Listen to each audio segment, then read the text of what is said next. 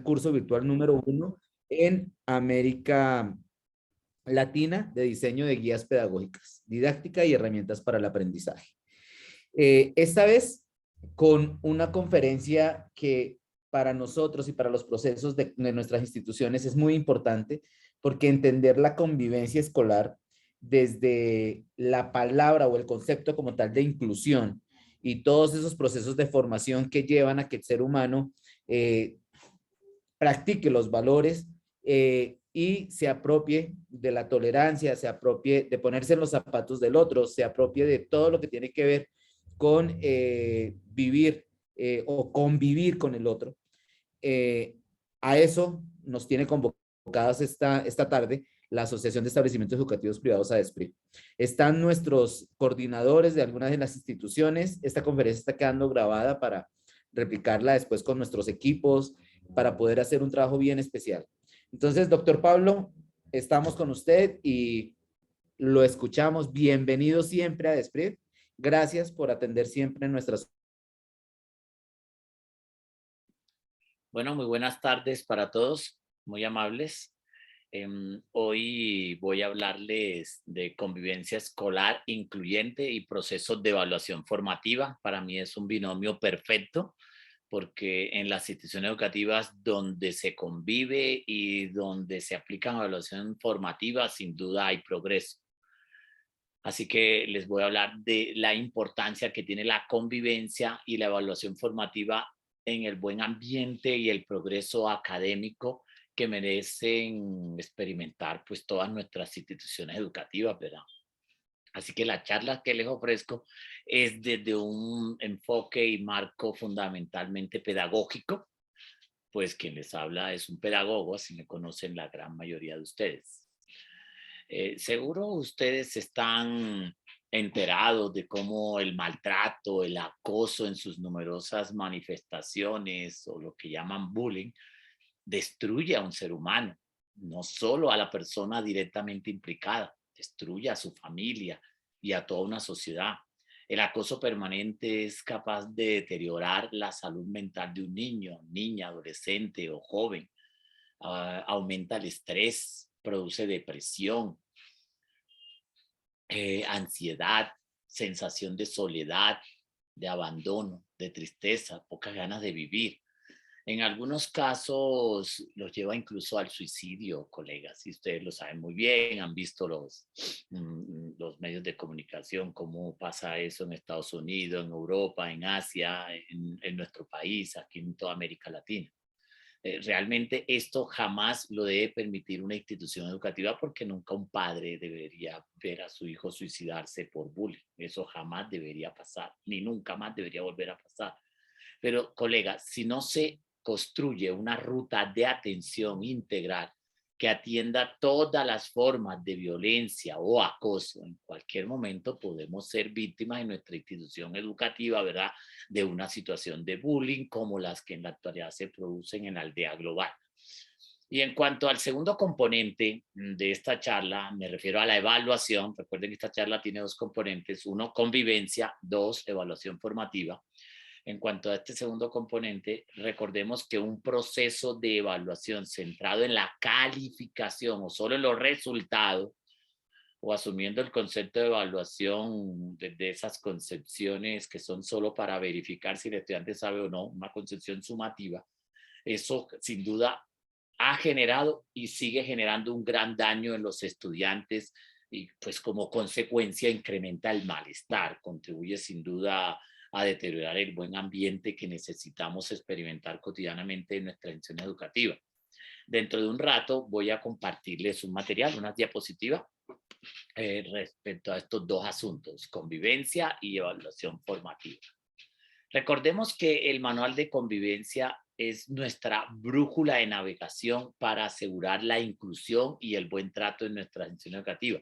Debe identificar nuevas formas, ¿verdad? El manual de convivencia debe identificar nuevas formas y alternativas para incentivar y fortalecer la convivencia escolar y el ejercicio de los derechos humanos, sexuales y reproductivos de los estudiantes, que permitan aprender del error, ¿verdad?, respetar la diversidad y dirimir los conflictos de manera pacífica, así como de posibles situaciones y conductas que atenten contra el ejercicio de sus derechos. Todo eso lo sabemos muy bien, colega, porque está bien expuesto en el artículo 21 de la ley de 1620 del 15 de marzo de 2013.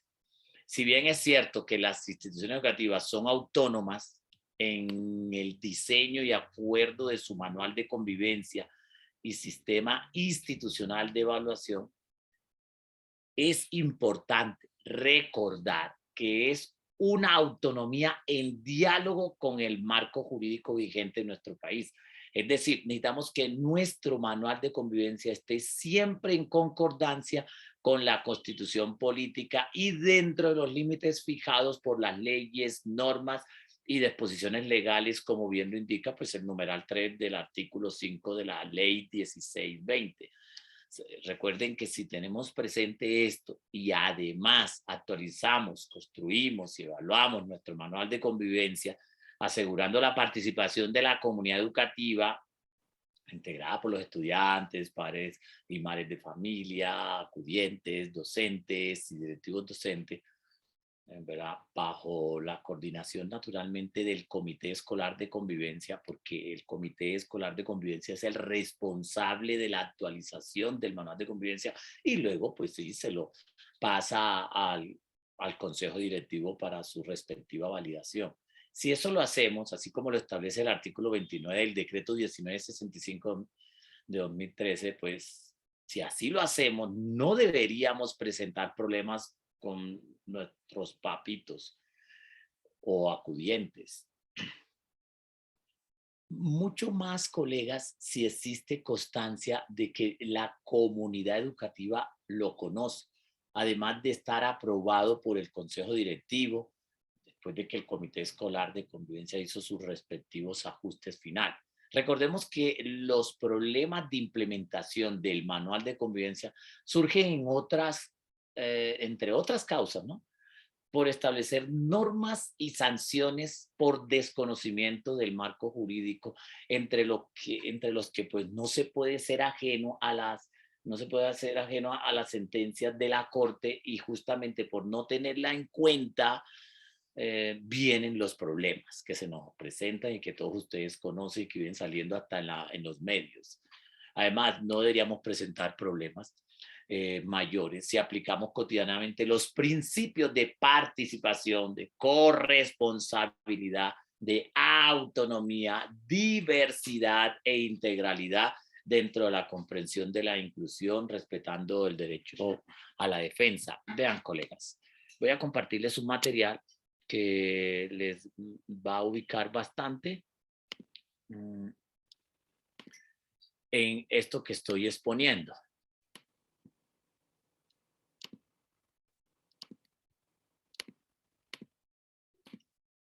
Bien.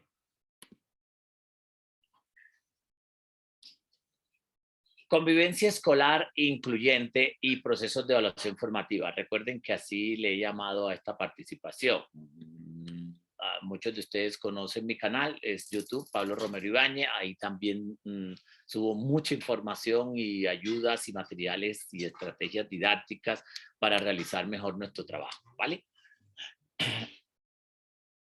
Hay numerosas definiciones de convivencia. Si ustedes entran a Google académico y miran también el marco legal colombiano, van a encontrar cualquier cantidad de definiciones de convivencia. Pero fíjense, curiosamente, donde menos pensé que iba a encontrar una definición que me atrae, justamente en el Código Nacional de Policía. A mí esa definición me gusta por varias razones, pero primero recordémosla.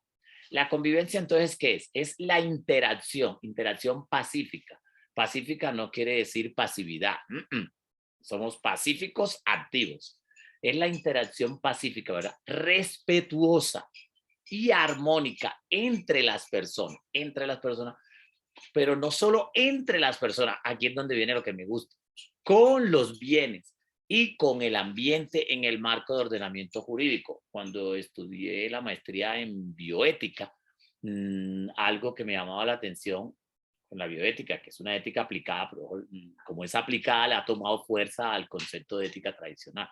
y es que dentro de la bioética no cabe una ética que no tenga en cuenta a las cosas, a los objetos, a la naturaleza, a los mosquitos, imagínate, a todas las especies, porque venimos de una tradición donde la convivencia se había reducido, solo era entre las personas, pero es que necesitamos en un establecimiento educativo interiorizar que la convivencia adquiere sentido cuando no es solo entre personas, es también con las paredes de la institución, con los jardines, con los espacios comunes, con los salones especializados, con todo lo que rodea a una institución educativa, con los útiles escolares, el celular, el portátil y todos estos elementos. Alguien por ahí que me está escuchando y viendo y dirá, no, pero es que ya quedaron prohibidos los celulares, ya no tendremos que preocuparnos por eso y las tecnologías. Bueno, ese cuentico se lo creen los ignorantes, porque el mundo funciona con tecnología. Y si nosotros no formamos a nuestros estudiantes, a mí no me interesa que todo el Congreso de la República se reúna y diga, vamos a evitar que las instituciones educativas, a colaborarle a las instituciones educativas para que los estudiantes no lleven tecnología y celular porque se distraen, se mandan mensajes morbosos o lo que sea y entran a páginas peligrosas. A ver, los padres de familia no están formando a estos niños. La gente en la calle no los está formando, los amigos sí que menos. Entonces, ¿quiénes quedan para formar a estos niños a manejar correctamente el universo de la tecnología? Pues nosotros los profesionales de la educación. Partiendo de que ustedes que me conocen saben que no me gusta el concepto de guía, mediador, instructor, son unos conceptos, la verdad, denigrantes, muy pobres y miserables para nosotros. Nosotros somos profesionales de la educación. Les está hablando un profesional de la educación a otros profesionales de la educación, por eso somos colegas. Y por lo tanto sabemos de educación, sabemos cómo formar a un niño, a una niña, a un adolescente sin maltratarlo, sin atropellarlo, cómo educarlo dentro del buen trato, dentro de un ambiente de respeto, dentro de un ambiente de armonía y de resolución de conflictos de manera pacífica y constructiva. Eso nos convierte en profesionales de la educación, que en vez de estar prohibiendo, lo que hacemos es formar a una persona para que aprenda a administrar esos instrumentos. ¿Cómo no voy yo a aprender esto en un contexto donde, a ver, donde como es el de Finlandia, el de Noruega, el de Corea del Sur, donde yo lo vi con mis propios ojos. Todos, absolutamente todos los niños tienen celulares y tecnología. Mientras yo estoy en un país que prohíbe esto para que sigan siendo ignorantes en este uso, ¿qué pasa cuando a un niño tú le prohíbes una cosa?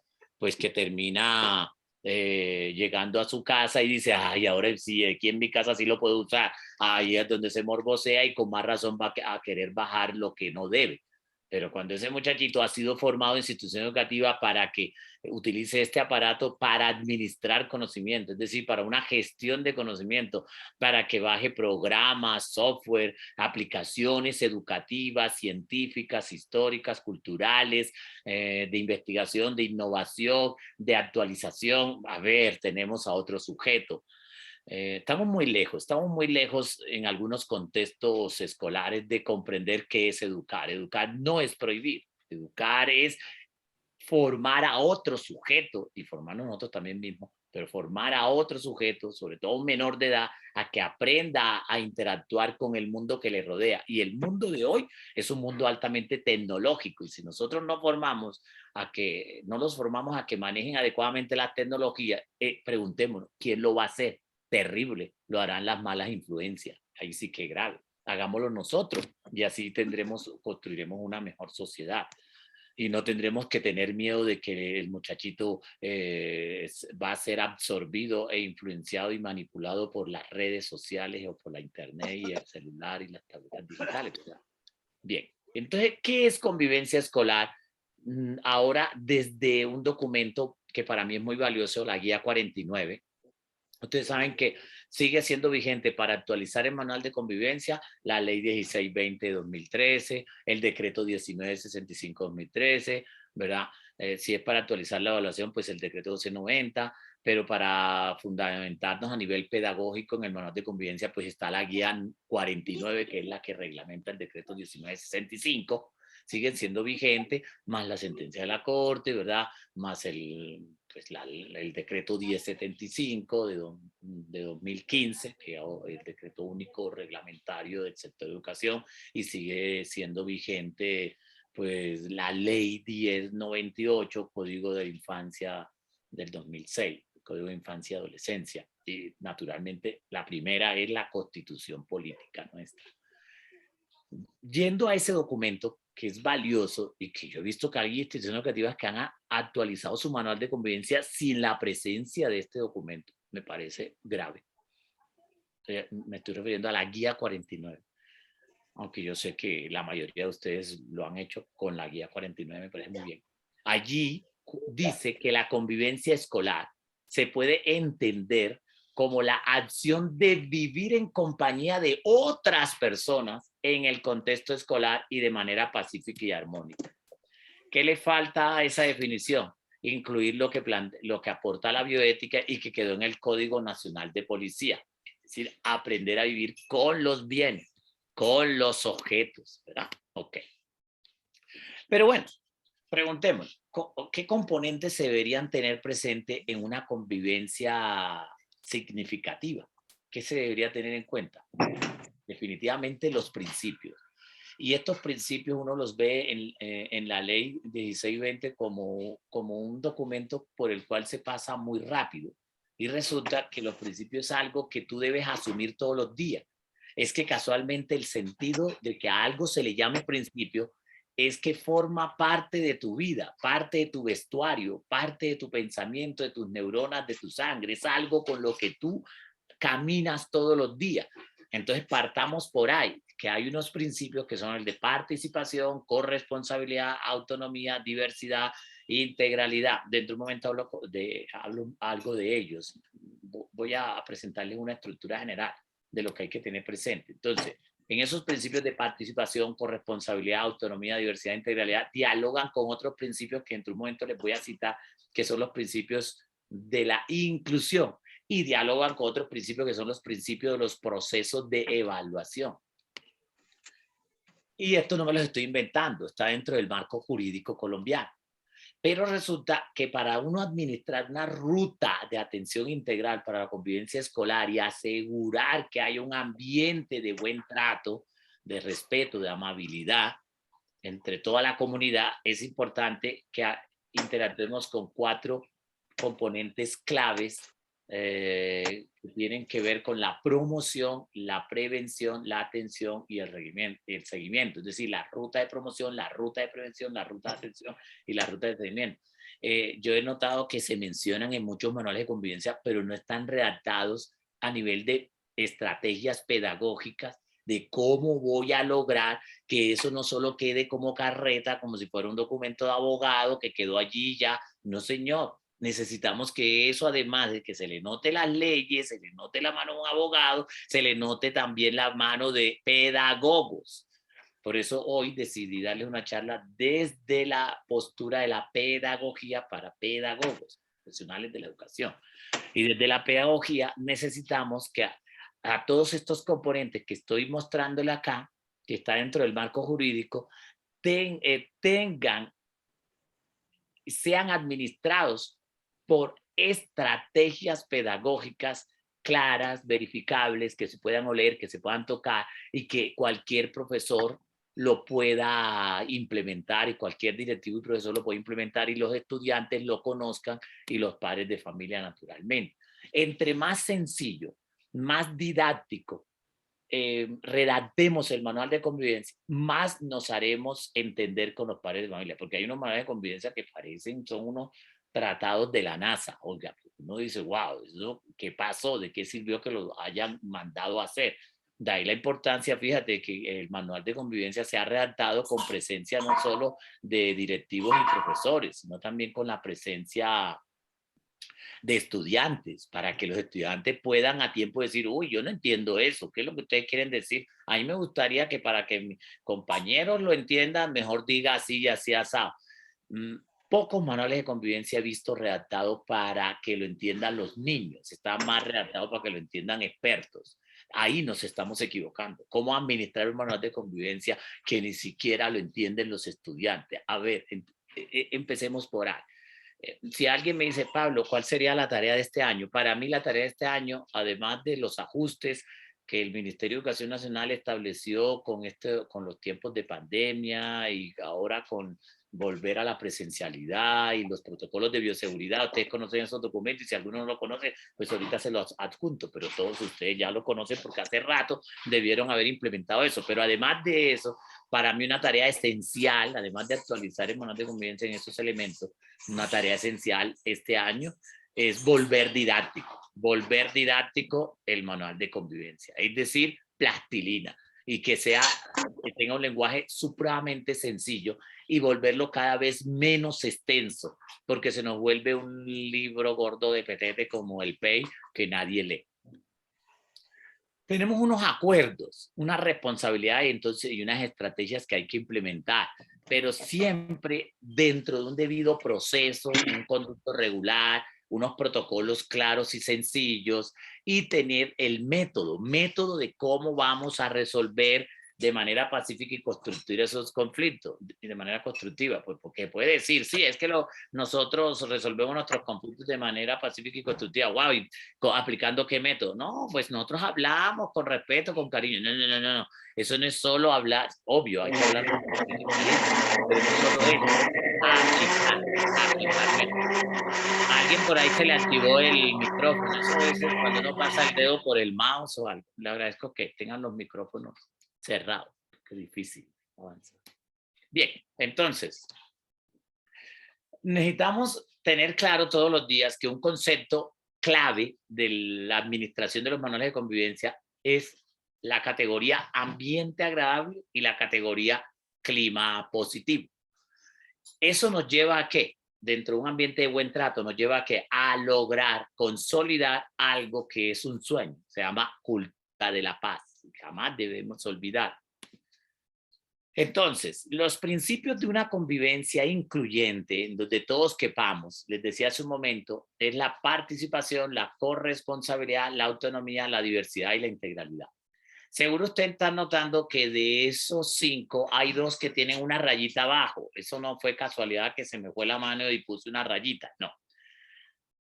Esa rayita que está ahí abajo lo que indica es que son categorías que se siguen repitiendo o principios que se repiten en los principios de la inclusión y se repiten en los principios de la evaluación y se repiten en todos los principios que una institución educativa quiere establecer. O sea que jamás debe faltar la participación y la diversidad dentro de la inclusión. Jamás deben faltar esos principios. Pero dentro de la convivencia sabemos que la participación es para asegurar que todos, entender que todos tenemos derechos a participar sin ser excluidos. Es decir, necesitamos hacer realidad una participación activa de todos sin excepción. Miren, esto está planteado desde la misma ley 115, que algunos dicen, no, esa ley ya está mandada a recoger. No, señor. Mientras no surja una nueva ley de educación, esa es la vigente, solo que hay que tener claro cuáles son los artículos vigentes, ¿verdad? En el caso, por ejemplo, de la ley 1098, sigue vigente el artículo 31, el artículo 32, el artículo 43, el artículo 44. Bueno, ya empecé a hablar como un abogado y dije que iba a hablar desde la pedagogía, pero bueno, es que a veces no lo puedo evitar. Es para decirle que tenemos suficiente fundamentación legal para hablar de participación y de la importancia de la participación. Es decir, necesitamos que ni un solo niño, niña, adolescente y joven se quede sin participar. Hubo una época, por ejemplo, yo soy lasallista, en la época de los años 70, cuando estudié, a uno lo hacían participar a los que éramos tímidos, pero a las malas. Bueno, eran otros tiempos, ¿verdad? Eran otros tiempos y es comprensible. Entonces a uno le decían, Romero, párese, ¿qué es tal cosa, tal cosa? Y uno se orinaba en los pantalones. Porque además de que era tímido e inseguro, te agarraban a quemarropa. Claro, tú de acostumbrarte todos los días a que te iban a hacer esa maldad, no te quedaba otra que volverte buen estudiante, pues para que cansado ya de tanta humillación. Es decir, es una forma de lograr quitarle la timidez a alguien, pero como a las malas. Alguien que me está viendo y escuchando se preguntará, ajá, Y es que hay otra manera de quitarle la timidez a la gente y la inseguridad y ponerlo a que participe. Claro, ahora existen múltiples estrategias. De ahí la importancia del manual de convivencia. A eso me estoy refiriendo. Muchos manuales de convivencia solo tienen la indicación. Trabajemos los principios de participación, corresponsabilidad, autonomía, diversidad, integralidad. ¡Ey, ey, ey! Pero ¿cómo? ¿Cómo lo vamos a trabajar? ¿Cómo se trabaja en nuestra institución? Mire, yo en este portátil y en un disco duro ahí que tiene 2000 gigas, 2 teras, tengo cientos y cientos de manuales de convivencia. Y cada ítem me gusta revisarlo. Cuando llego al ítem de los principios, ¿sabe qué dice el 95% de los cientos y cientos de manuales de convivencia? Lo que está en la ley 1620. O sea, es un copy-paste. Eso son el principio de la participación, corresponsabilidad. Vuélvanlo a leer. Váyanse, por ejemplo, váyanse perfectamente a la ley 1620 y busquen ahí en principios y qué van a encontrar. Artículo 5, para los que no se acuerdan en qué artículo está. Van a encontrar una definición de abogados, pero nosotros somos educadores. Necesitamos esto, volverlo realidad. Ahí es donde entra a funcionar el campo de la didáctica, del que muchos de ustedes saben que vivo enamorado. Yo soy un apasionado, más que de la pedagogía, soy un apasionado del campo de la didáctica, porque soy un convencido que cuando usted le mete didáctica a todos estos documentos, usted los vuelve comprensible, los vuelve asequible a los niños. Necesitamos que los niños sean los que lo entiendan.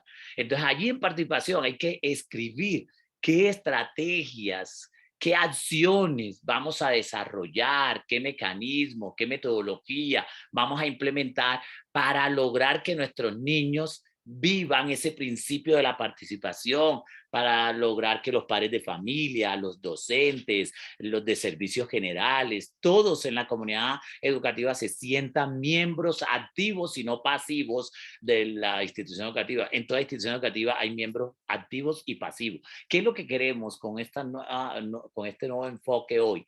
Que nos transformemos en miembros activos, todos sin excepción. Entonces voy a darles solamente un ejemplo, por cuestiones de tiempo, tengo muy poco tiempo para con ustedes, ya me queda poco tiempo. Entonces, ¿qué sucede? Que pues, si me pongo a darle ejemplo en cada uno de los elementos que voy a abordar, pues aquí los tengo hasta la 1 de la mañana. Entonces, voy a dar solo un ejemplo. Participación. Tengo a Pedro, a Claudia y a Luis graves, súper tímidos, acomplejados y definitivamente no me participan nunca. Y las veces que los invité a pasar al frente, la una se puso a llorar y el otro se orinó. O sea, definitivamente necesitamos atenderlo. Y ahí es donde implementamos estrategias. ¿Qué vamos a hacer? Les voy a contar una que yo apliqué cuando era profesor, pero un profesor investigador. Vivía haciendo investigaciones e innovaciones. Por eso ustedes ven que en mi hoja de vida tengo 21 innovaciones nacionales y 5 internacionales. Alguien dirá, wow, ¿y ese señor cómo logró eso? Innovando, probando, experimentando y no repitiendo cosas aburridas y pasivas. Un día me le acerqué a un muchachito que se llama Luis Enrique Zapata. Nunca lo olvidaré. Ese muchachito no le participaba a nadie, no hablaba, era como mudo. Algunos pensaban que era, de pronto el muchachito era sordo. No. El muchachito hablaba normalmente y escuchaba muy bien, sino que era un caso extremo de timidez. Un día le dije, oye, ¿yo te puedo invitar a la cafetería? Me dijo, claro, profe, gracias. Ahí con la cabeza enterrada en el piso. Le hice ejercicio de que no caminara con la cabeza en el piso. O sea, le hice una cantidad le di consejos, lo ayudé y caminemos juntos por todo el colegio. A ver, probemos. Comencé por ayudarle a cambiar su actitud corporal, que era como encurvada. Él parecía una C. Perfectamente le podrían poner el apodo de C. Vivía era así encurvado. Bueno, le ayudé a que caminara recto. Y ahí varias veces que lo invité a tomar un café, le dije, vamos a hacer un trato los dos. Yo noto que tú eres juicioso, aplicado y estudias, pero no participas. Cuéntame por qué. Porque uno tiene que averiguar cuál es el motivo. Y el motivo, en efecto, era terror. Terror a la burla, terror a ponerse en evidencia, terror a que le dijeran bruto, tonto, idiota, lo que sea, todo. O sea, terror a que le dijeran que no sabía hablar. Entonces, ¿qué hice? Hice un trato con él a largo plazo. No le dije la próxima clase, no, le dije dentro de 15 días. Y si yo veía que dentro de 15 días no estaba preparado, esperaba hasta dentro de un mes o 2 meses, lo que había que esperar. Voy a dar tal tema. Te voy a dar la información del tema y te voy a dar ejemplo. Y ese día yo voy a hacer esta pregunta. O sea, hice lo que se llama un trato con él. O sea, me convertí en su confidente. Y lo vamos a practicar.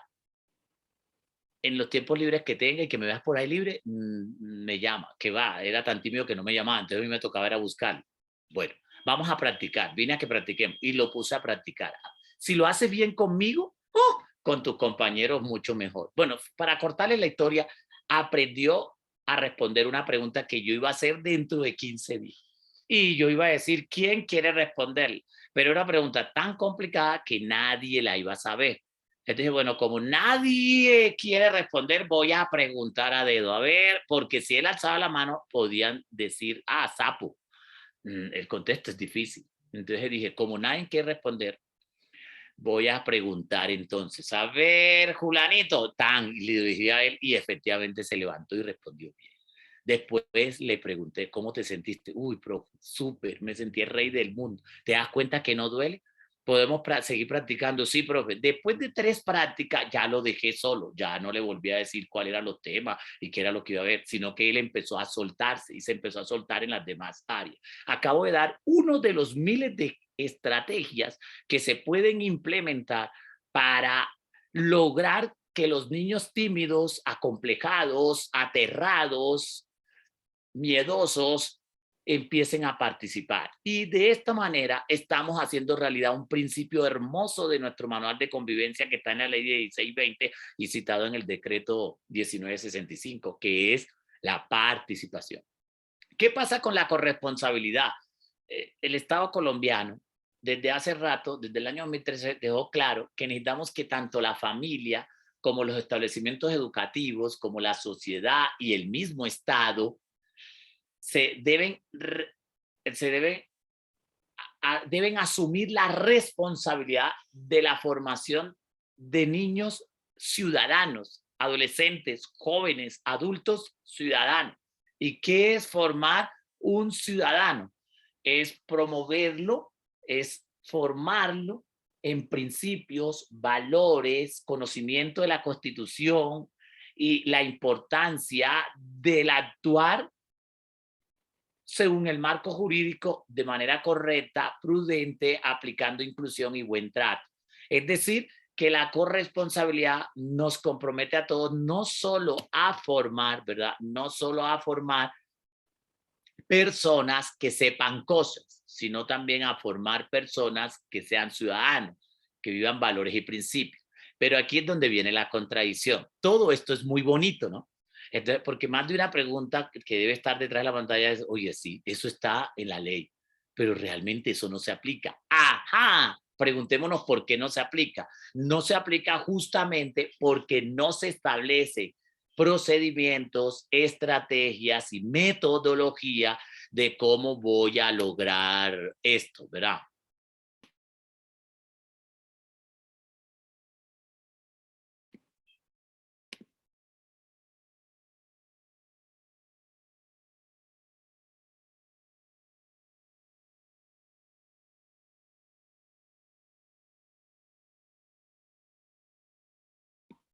Ok, entonces, se me había apagado el audio en este momento. ¿Qué pasa con la autonomía? El principio de la autonomía. Los individuos, las entidades territoriales, ¿verdad? Los establecimientos educativos, necesitamos que se comprometan en la formación de un ciudadano autónomo, que además de que tengan autonomía, formen ciudadanos autónomos. Naturalmente, dentro de los límites fijados por las leyes, normas y disposiciones legales.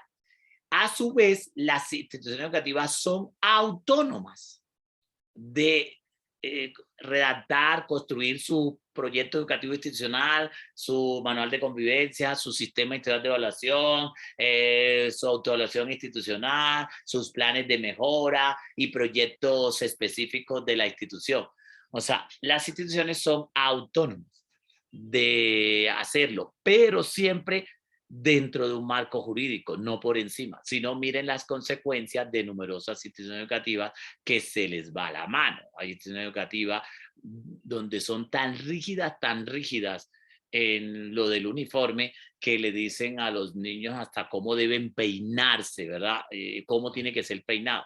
Y resulta que la sentencia de la Corte hace rato ha hablado suficientemente sobre este tema. Miren, si usted me lo pregunta, tomándonos un café así en la intimidad, Pablo, díganos la verdad, ¿usted qué piensa de eso? Vea, con la mano en el corazón y la razón. Siempre me ha parecido una tontería, un error, fijarnos más en la apariencia de cómo se peina una persona que en la clase de ser humano que es. Yo tengo, por ejemplo, un estudiante que es hombre y se deja el cabello, se deja crecer el cabello hasta la cintura. De hecho, tengo un sobrino así. Pero veo que ese muchachito es un excelente estudiante. Y de hecho mi sobrino es así, no se mete con nadie, no pelea con nadie, no fastidia a nadie, excelente estudiante, hasta fue becado para Europa y toda la cosa, viajó, llegó a Europa, no le dijeron nada sobre el cabello porque ya han evolucionado sobre ese concepto. O sea, a lo que yo me refiero es que deberíamos preguntarnos, ¿será que cuando actualizamos un manual de convivencia o lo construimos, estamos más apegados a la apariencia que a lo esencial? Con razón Oscar Wilde ya lo había dicho, lamento decirlo, vivimos en un mundo de superficies. Nos fijamos más en la puntica del iceberg, en la apariencia de las cosas, que en lo esencial. Bueno, vamos más atrás. Vámonos a hace 2400 años. ¿Sí? ¿Quién? Platón.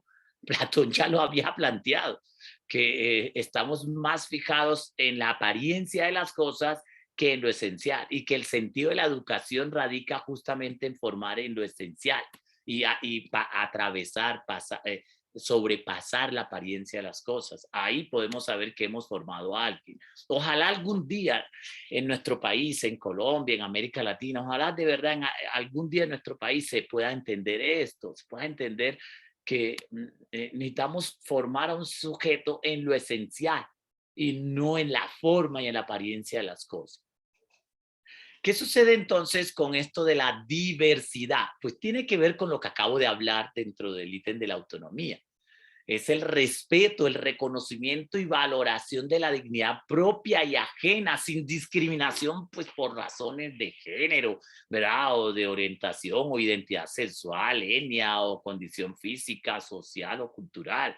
No, a ver, necesitamos formar a nuestros estudiantes en un ambiente de inclusión, en un ambiente de respeto, de armonía, pacífico, que aprenda a resolver sus conflictos de manera pacífica y constructiva, sin fijarse en la apariencia de las personas, el hablado, el origen de las personas.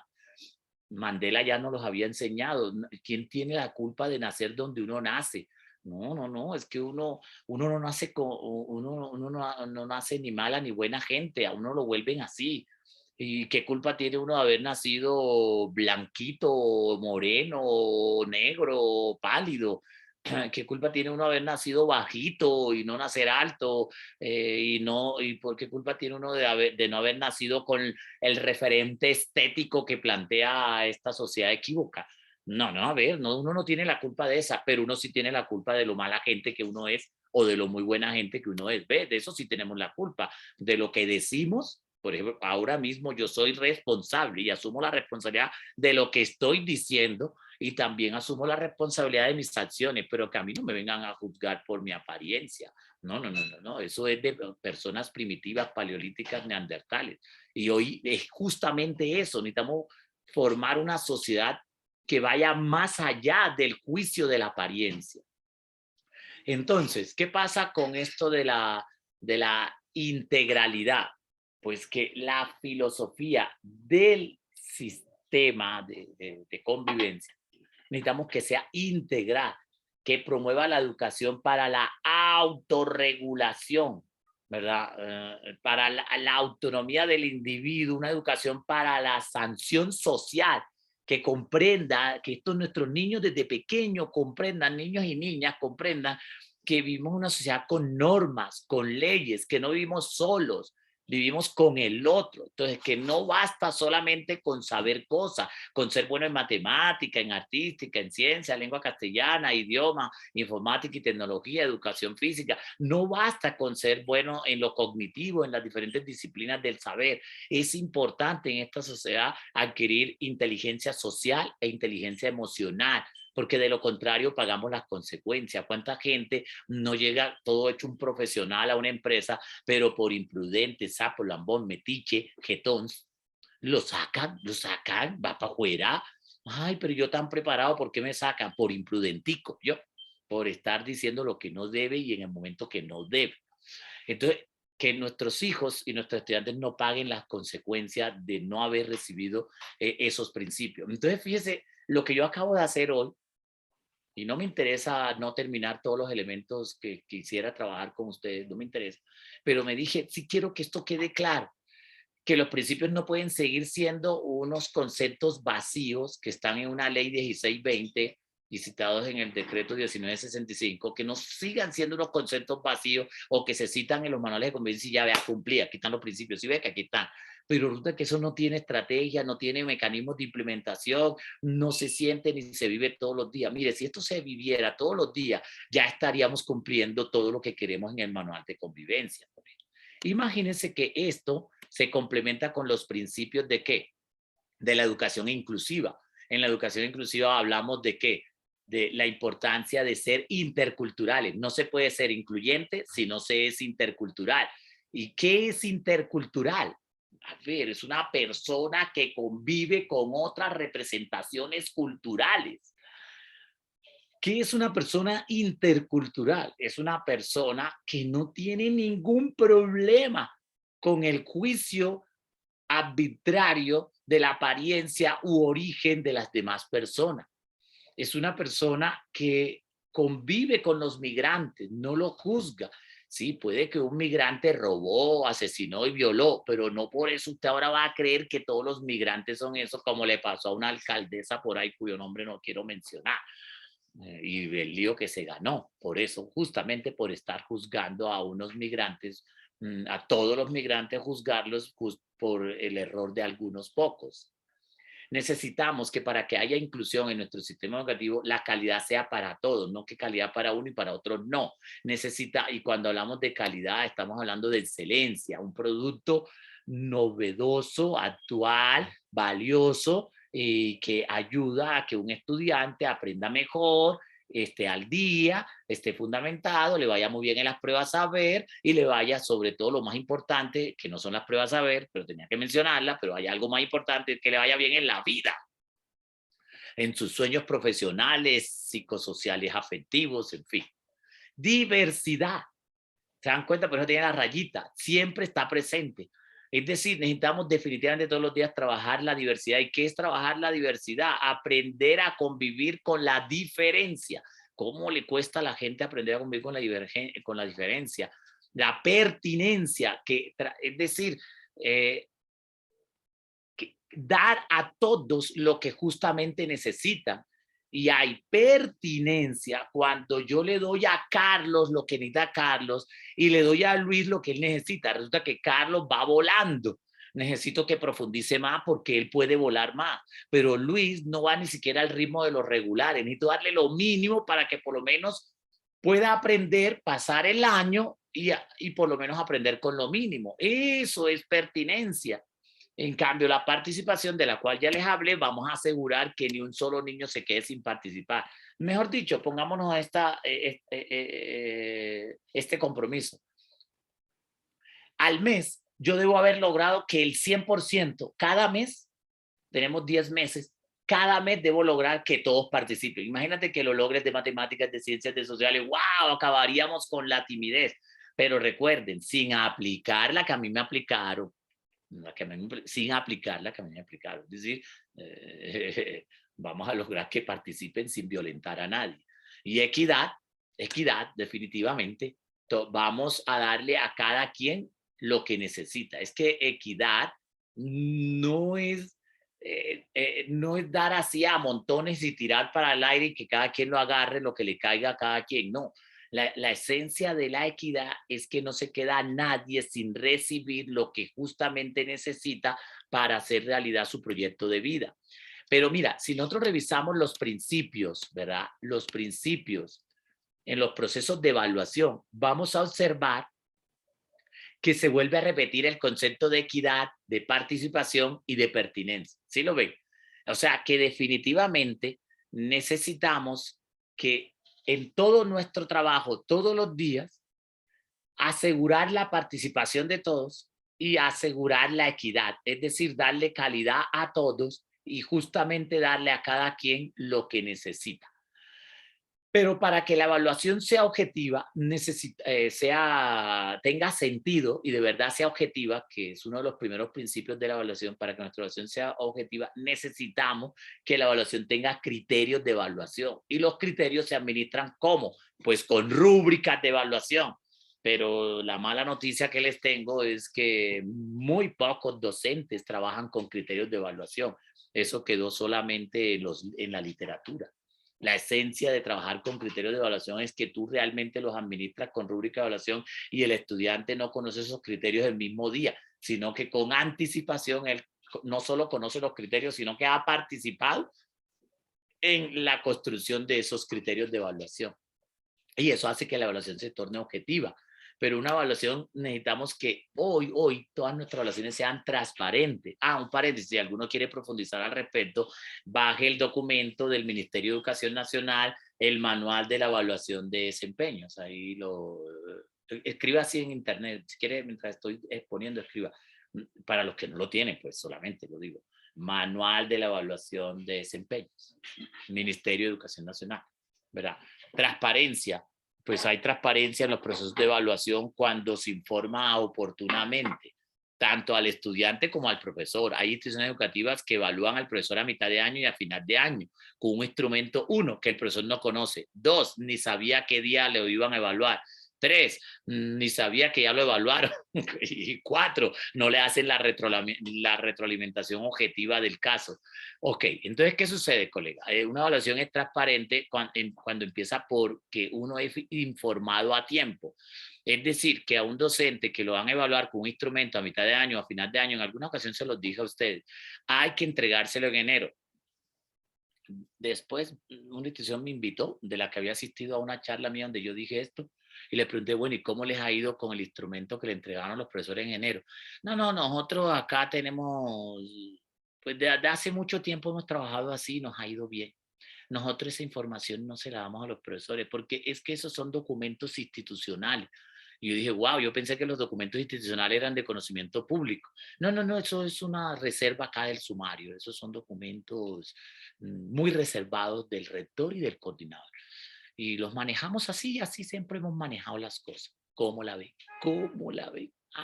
Terrible. Eso es actuar como si estuviéramos en la época de las cavernas. No, el mundo cambió. Si tú quieres que tu institución educativa progrese, tú debes darle conocimiento de la información de tu institución a los docentes. Debe formarlo en sus principios, en la filosofía, en la perspectiva educativa o modelo pedagógico, llámelo como lo llame, que el profesor se entere bien. Y ese instrumento que es valiosísimo de evaluación, que lo conozca. Alguien dirá, Pablo, demuéstreme que da mejores resultados, que él lo conozca a que no lo conozca. ¿No? ¿Listo? ¿Ok? Dale ese instrumento a un profesor en enero y que lo estudie bien y lo conozca. Él no es bobo. Él empieza a darse cuenta qué es lo que le van a evaluar. Y a la institución le conviene que el profesor se comporte bien y aplique todo lo que le van a evaluar. Como él está enterado, bobito no es. Él quiere seguir en la institución. Él tiene una familia, una esposa, unos hijos. Ajá. Así que él se pone juicioso a aplicar eso. Y imagínense que mi experiencia me ha demostrado que ofrecerle ese instrumento al profesor en enero tiene más impacto que ponerlo a leer todo el PEI. Te lo juro. Es increíble cómo el profesor se ajuicia. Me van a hacer. Hay instituciones muy rigurosas que hacen hasta 20 preguntas a los estudiantes y las tienen clasificadas por dimensiones. ¿Qué hace el profesor? Esto es lo que yo tengo que manejar bien para que me vaya bien en la evaluación. Y entonces termina viviendo los principios y la filosofía institucional, y por ende se convierte en un docente que tiene ya el perfil de la institución. Ven que si es un buen negocio, si lo quiere ver como negocio, es un excelente negocio, desarrollar procesos de evaluación objetivos y transparentes, darle la información oportunamente a nuestros colegas. ¿Qué pasa, por ejemplo, con la pertinencia? Pues que una evaluación es pertinente cuando se pregunta lo estudiado y no que yo termino preguntando otra cosa que nada que ver, ¿ven? Y se va a volver pertinente con la evaluación que se le hace al docente, porque justamente ese instrumento que se le dio de 10 o 20 preguntas es justamente el que se aplicó, ¿ve? Entonces fue pertinente la evaluación. Y una evaluación es participativa cuando ni un solo estudiante se queda por fuera, todos participan, pero sin hacer sentir mal, sin apenar, sin avergonzar a ningún estudiante. ¿Y qué pasa entonces con la equidad? Con la equidad. Bueno, una evaluación no puede tener roscas, no puede tener preferencias. Un profesor para nada puede tener ningún tipo de preferencia. Por más mal que le caiga a un estudiante, porque para que ese estudiante le crea mucha indisciplina al profesor, nada. ¿Qué hacemos? Sacó 5 sobre 5, sacó 10 sobre 10, sacó 100 sobre 100. Pues le pongo 100. Eso sí, una joyita y me está enloqueciendo. Casi que ya me lleva a cuidados intensivos de clínica de salud mental. Pero ¿qué hago? El hombre sabe, sacó 100 es 100. Sacó 5 sobre 5, 5. ¿Qué hacemos? Sacó 10 sobre 10, pues 10 sobre 10. Esa es su calificación. Pero en competencia ciudadana, en el saber ser y sentir, pues allí no estará tan bien que digamos evaluado. Es decir, uno no puede hoy revolver la convivencia de un niño con su rendimiento académico, porque entonces no estaríamos actuando como una institución educativa científica. Imagínate, me encontré una institución educativa que trabaja las competencias científicas y revuelve el comportamiento, revuelve la llegada tarde a clase, revuelve la calificación que obtuvo en los quizzes el estudiante. Pues no son nada científicos. A veces contradecimos nuestros discursos. Vamos a desarrollar en nuestra institución educativa competencias científicas, pero el comportamiento cotidiano no es científico. O sea, si queremos trabajar competencias científicas, más vale que nuestro discurso sea 100% coherente con eso, ¿no? Ok, entonces, ¿qué sucede? ¿Verdad? Con todo esto de la diversidad y la participación, pues que esto permite que logremos consolidar una cultura del respeto a la diferencia, en el que ya nunca más volvemos a crear rosquitas en la que este es mi grupito, tú no entras acá, no te queremos, no puedes entrar. Eso no puede suceder ni entre los estudiantes ni entre los profesores, ¿verdad? Porque entonces, ¿dónde está la equidad? Desaparece. Ok, colega. Pero hay que preguntarnos, ¿para qué tenemos un manual de convivencia? Porque si el manual de convivencia nos va a estresar y nos va a volver psicorrígido, ¿sabes qué? De una vez te lo digo, mejor no tengas manual de convivencia, no lo tengas. Pero si el manual de convivencia nos va a facilitar la vida, nos va a transformar en una mejor institución educativa donde se respira, se respira el buen trato, se respira la inclusión, bueno, entonces sí tengamos manual de convivencia. Ok, entonces, ¿qué estrategia? Hay que hacerse unas preguntas clave. Ya queremos tener manual de convivencia.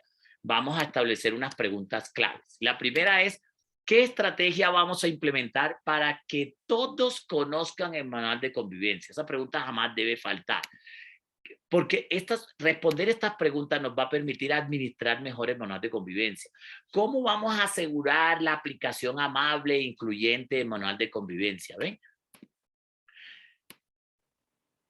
¿Quiénes son los responsables de hacer realidad la ruta de atención integral? Si esto no tiene dolientes, pues el manual de convivencia se queda como un libro hermoso en un stand de biblioteca. Otra pregunta que no puede quedar por fuera es cómo vamos a lograr que se haga realidad los principios de la convivencia y de inclusión. Muy bonito, ¿cómo vamos a lograr? Ya yo les di parte de la respuesta, estableciendo unos procedimientos, unas estrategias y metodologías para que de verdad esos principios se apliquen cotidianamente de parte nuestra y de parte de los estudiantes y de nuestros queridos padres de familia.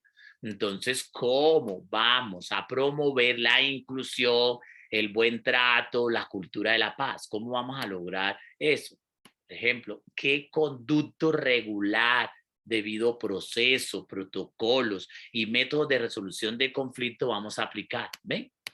Pero preguntémonos, ¿qué proceso vamos a seguir en la atención de las situaciones de disciplina, acoso o violencia? ¿Tenemos eso claro? ¿Cuál es el procedimiento que vamos a seguir? Preguntémonos, entonces, ¿cómo va a ser ese seguimiento que vamos a aplicar para asegurar la convivencia? Sí, yo les estoy hablando a personas que tienen manuales de convivencia y los tienen actualizados con casi todos los detalles del caso. Pero vuélvalo a revisar con esta reflexión que hoy le estoy planteando y con esta serie de preguntas. ¿Cómo vamos entonces a evaluar la implementación del manual de convivencia? ¿Cómo vamos a reconocer la excelencia en la diversidad? Entonces, preguntémonos, ¿para qué tener un manual de convivencia? Para hacer realidad la cultura de la paz sin estrés, sin estresarnos, podernos organizar mejor. Recuerden lo que dijo en alguna ocasión Jenny Pierce. La paz evoca la idea de vivir en tranquilidad y sin miedo. En una sociedad en la que se vive con miedo no hay paz. Un niño que tiene miedo de ir a su institución educativa no habita en paz. Así que el concepto, pero es importante tener claro que el concepto negativo de paz es insuficiente. Por eso, además de que hay que vivir sin miedo, necesitamos vivir en un ambiente donde nos dan unas condiciones de buen trato, de amabilidad, de respeto, de reconocimiento. Entonces, eso permite que se haga realidad la tan anhelada cultura de la paz. Recuerden que la paz empieza por el rechazo de la violencia como una forma de solucionar conflictos. Es decir, de ahora en adelante todos nuestros conflictos los vamos a resolver de manera pacífica y constructiva. Pero para que esto pueda ser posible se debe dar un amplio consenso entre todos, ¿verdad? En el que acordamos que todos nos respetamos. Es decir, la paz se debe interiorizar culturalmente y esto supone erradicar la cultura de la guerra y la violencia como forma de resolver los problemas. Así que, colegas, en la administración de la ruta de atención integral para la convivencia escolar, un consejo que en alguna ocasión les di fue que hay que escoger equipos de trabajo. Yo no puedo esperar a que el pobre coordinador de convivencia, digo pobre porque cuando él solo es el que administra temas de convivencia, pues ese señor es pobre, es decir, está enloquecido. No es justo. Necesitamos que manual de convivencia lo administre de verdad la comunidad educativa. Entonces, para ello, creamos unos grupos, creamos unos comités. Entonces, un comité que va a trabajar el componente de promoción. Entonces, ahí está, ahí nombramos un coordinador de ese grupo o de ese comité con su equipo de trabajo que al final del periodo, como así como se entregan calificaciones, ¿verdad? Ese comité entrega un informe a coordinación para que coordinación le entregue una síntesis al rector y no lo empapele tanto sobre cómo está funcionando la ruta del componente de promoción, cómo está funcionando el componente de prevención, qué estamos haciendo para promover la convivencia, qué estamos haciendo para prevenir la convivencia, ese componente, para prevenir el maltrato, perdón, para prevenir el bullying, para prevenir el matoneo, para prevenir el acoso de todas sus índoles, acoso sexual, acoso físico, acoso emocional, acoso religioso, acoso simbólico, porque eso hay cantidades de acoso. Necesitamos erradicar el acoso de toda nuestra sociedad, pero empecemos por nuestra institución educativa. ¿Qué estamos haciendo para atender las situaciones de violencia y de acoso? Porque una cosa es qué estamos haciendo para prevenirlos y qué estamos haciendo para atenderlos, pero qué estamos haciendo para hacerle seguimiento. Espero que de verdad ustedes ya actualmente estén funcionando así. Si no, pues todas estas charlas simplemente son como cultura general. Recuerden que toda esta administración de los 4 componentes, promoción de la convivencia, del buen trato, prevención de la violencia, del maltrato, atención del maltrato y de todo acto de indisciplina y seguimiento de todas estas situaciones que se presentan, todas están enlazadas de la mano. Tienen comité, tienen doliente, que lo que no tiene un doliente, usted lo sabe.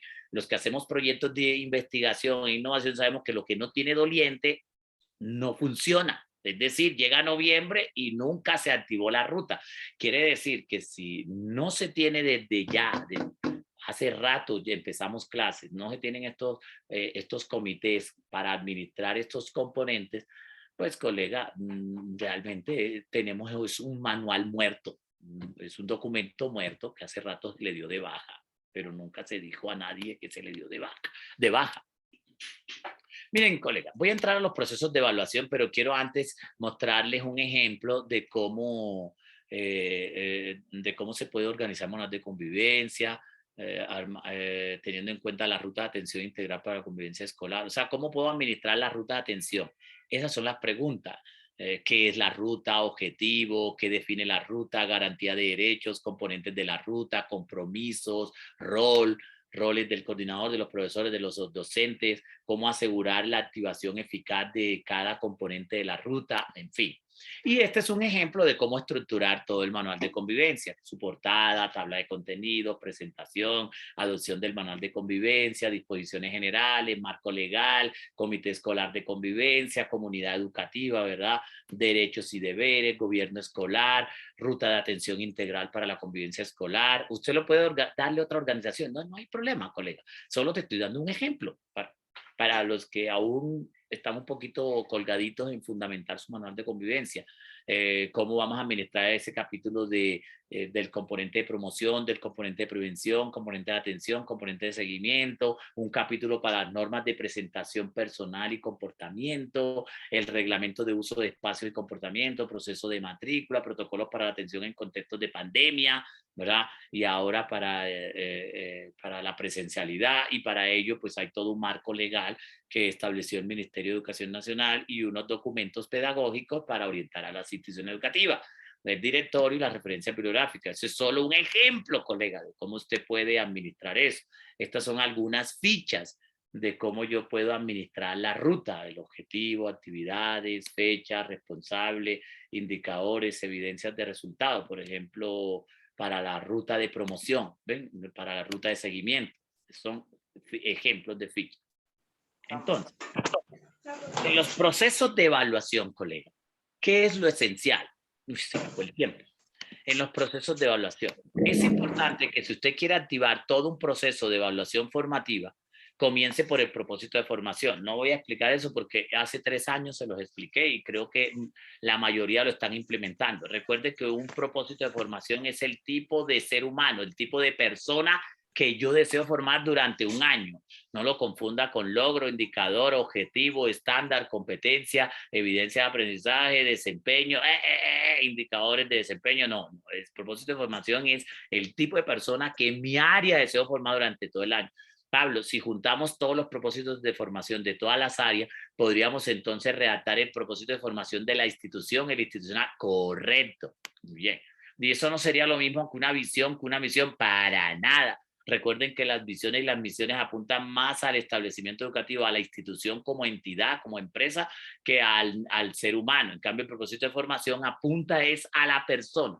¿Qué tipo de ser humano quiero entregarle a la sociedad? ¿Verdad? Entonces, yo tengo unos objetivos académicos, tengo unas competencias, desempeño. Eso me tiene que llevar a una práctica pedagógica en el que yo activo unos contenidos, unas actividades, unas estrategias, unas técnicas, unos recursos que están todos atravesados, deben estar atravesados desde el principio hasta el cierre del proceso por una evaluación formativa. Y esa evaluación formativa, para que sea eficaz, tiene que tener la aplicación de unas estrategias, de unas herramientas, de unos talleres, de unas guías, de unas pruebas escritas, pruebas orales, pruebas interactivas, ¿verdad? De un proceso de retroalimentación amable, respetuoso, objetivo, y de unos instrumentos de metaevaluación o auditoría, autoauditoría. Los docentes se tienen que autoauditar. Si un docente no se audita, nunca se podrá enterar de cuántos errores está cometiendo o cuántos aciertos está acertando, está actuando, cuántos aciertos tiene cuáles son mis aciertos, cuáles son mis errores. Para eso se audita uno, en eso sirve la metodología. En otro encuentro que tengamos, podemos profundizar en las rúbricas de evaluación y en todo lo que es la auditoría, autoauditoría que un profesor se debe hacer, porque le ahorraríamos un trabajo grande a los directivos si los profesores adelantan esa tarea dentro de su administración escolar. Le quitamos trabajo a los directivos que de hecho tienen mucho trabajo. Todo esto me debe llevar a que a volver a retomar mi propósito de formación y ver si ese tipo de ser humano que yo quiero formar en mi área lo estoy logrando con la implementación de todo mi proceso de evaluación formativo. ¿Ya? Ok. Entonces, alguien preguntará, bueno, pero ¿qué es evaluación formativa? Pues el concepto fue introducido por Scriven, ustedes lo saben muy bien, y es en esencia la que valora cada uno de los procesos de enseñanza-aprendizaje. Es decir, que una evaluación formativa en esencia es incluyente, atiende a todos, no juzga a nadie y a todos atiende, pero exige de un proceso permanente de valoración de parte del docente, de diálogo o interlocución amable entre el profesor y los estudiantes. Permite que el profesor conozca a sus estudiantes y pueda atender las particularidades de ellos, no con el fin de verificar, sino con el fin de formar. Se lo voy a decir con otras palabras. Es decir, que si el estudiante no logró aprender en las explicaciones de un desarrollo normal de clase, sigue aprendiendo en los procesos de evaluación. Eso es evaluación formativa, colega. Entonces, los procesos de evaluación formativa identifican debilidades y fortalezas en cada uno de los estudiantes para poderlos atender con mecanismos de retroalimentación. También en otro encuentro que tengamos, el que yo profundice sobre la metaevaluación o instrumentos de autoauditoría docente, ahí mismo podríamos profundizar sobre cómo es que se administra un proceso de retroalimentación y cómo es que se administra un proceso de, por ejemplo, de planes de mejora para que no sean carretas y no se queden como un documento bonito que se entrega a los CADELs o a las secretarías de educación para cumplir. No, realmente que sean documentos que permitan mejorar la calidad de nuestra institución educativa y no solamente sean por cumplir. Yo sé que ustedes lo hacen por convicción, pero como estoy tan cansado de conocer tantas instituciones educativas que viven estresadas, es que hay que llevar esto a secretaría, es que hay que hacer esto por secretaría. Doctora, colaboren porque esto toca entregarlo a secretaría. Eso me da tristeza. No, no es porque haya que entregarlo a Secretaría de Educación, no es porque hay que cumplir con unos documentos, es porque permite que nuestra institución educativa funcione con calidad y aseguremos la convivencia y el desarrollo del pensamiento científico, crítico, creativo y ético. Es por eso. Entonces, según el concepto de evaluación que tengamos, colegas, así será, pues así será el resultado que obtengamos de nuestros estudiantes. Mire que este señor tiene variedad de personas y lo que están saliendo es un montón de fichitas idénticas. Dios nos libre de estas cosas. O sea, a nosotros no nos puede pasar esto. No, no, no, no, no, no, no, terrible. Claro que no. Bien, entonces, ¿cuál es el objetivo de la evaluación formativa? ¿Cuál es su objetivo? Pues que el estudiante acceda a un aprendizaje autónomo de manera amable, sin estrés. En alguna ocasión, bueno, en alguna ocasión, no, hace muchos años, un profesor me decía, no, es que el estudio es el purgante necesario para acabar con la diarrea de la ignorancia. No, por favor, ¿qué es eso? No es que el estudio no es ningún purgante. El estudio tiene que ser algo delicioso. Es como la ideología americana, ¿no? En los enlatados y en las películas americanas. Muestra una persona que la golpean, la maltratan, la hacen pasar por debajo de alambre púa, la hacen comer tierra, barro, de todo. El tipo sufre y luego ya lo muestran que gracias a ese maltrato que le dieron llegó a ser campeón o llegó a hacer realidad su sueño. Cuidado, cuidado con esas concepciones, porque es una concepción para justificar y validar la violencia, el maltrato, la humillación. No. Les está hablando un profesional de la educación que está convencido de que se puede educar sin maltratar y fastidiar a nadie. Claro que podemos educar de tal manera que los estudiantes se disfruten, se gocen todo lo que le estamos dando. Eso es lo que buscamos, ¿verdad? Entonces tiene que ser un proceso de atención permanente, de diálogo entre profesor y estudiante, un proceso de retroalimentación amable que el estudiante se disfruta, se goza. Esto que yo estoy diciendo, alguien dirá, bueno, él es un académico, él lo dice, pero quién sabe si lo aplica. Yo lo aplico, lo apliqué con mis estudiantes de preescolar, fui profesor de preescolar, lo apliqué con profesores de básica primaria, lo apliqué con profesores de básica secundaria, lo apliqué con profesores de pregrado, de especialización, de maestría y doctorado. O sea, ya usted fue profesor de todos esos señores, sí. Y ahora de profesor de profesores. Por ejemplo, en el curso que yo creé de guía pedagógica y de didáctica, que actualmente tengo una cantidad de profesores, el de didáctica y herramientas para pensar es un curso que en menos de 2 meses superó los 1000 estudiantes y la mayoría tienen doctorados y maestría. Y son personas que a todos, esos son heterogéneos, profesores del sector rural, del sector urbano, de universidades, de colegios, profesores del SENA, profesores científicos, ingenieros, arquitectos, administradores de empresas, cirujanos. Bueno, yo no pedí que entraran ellos, pero han entrado porque el curso ha cogido fama de que les sirve a todo tipo de profesional. Me refiero al curso que tengo de didáctica y herramientas para aprendizaje con magisterio. Pues resulta, colegas, que el éxito de ese curso, en parte, en gran parte, es el buen trato, es esto. Aplico procesos de evaluación formativa, ahí no se le califica nada, pero a cada estudiante le escribo toda una carta de todo lo que hizo bien, lo que no es correcto, por qué no es correcto y cómo debe mejorarlo. Y le doy ejemplos de cómo mejorarlo y le subo a la plataforma todo lo que me piden. Profesor, me da ejemplos en español de grado séptimo, en química de grado décimo, de grado 11, en física, en trigonometría. Le doy ejemplo en todo lo que me pida. Y es que, Pablo, usted tiene ejemplos de planeaciones, de talleres didácticos, de preparación de clase, de todas las áreas y de todos los niveles. Sí, soy de los pocos seres humanos que en el planeta Tierra tengo ejemplos de todo, ejemplos por competencia, ejemplos bien elaborados.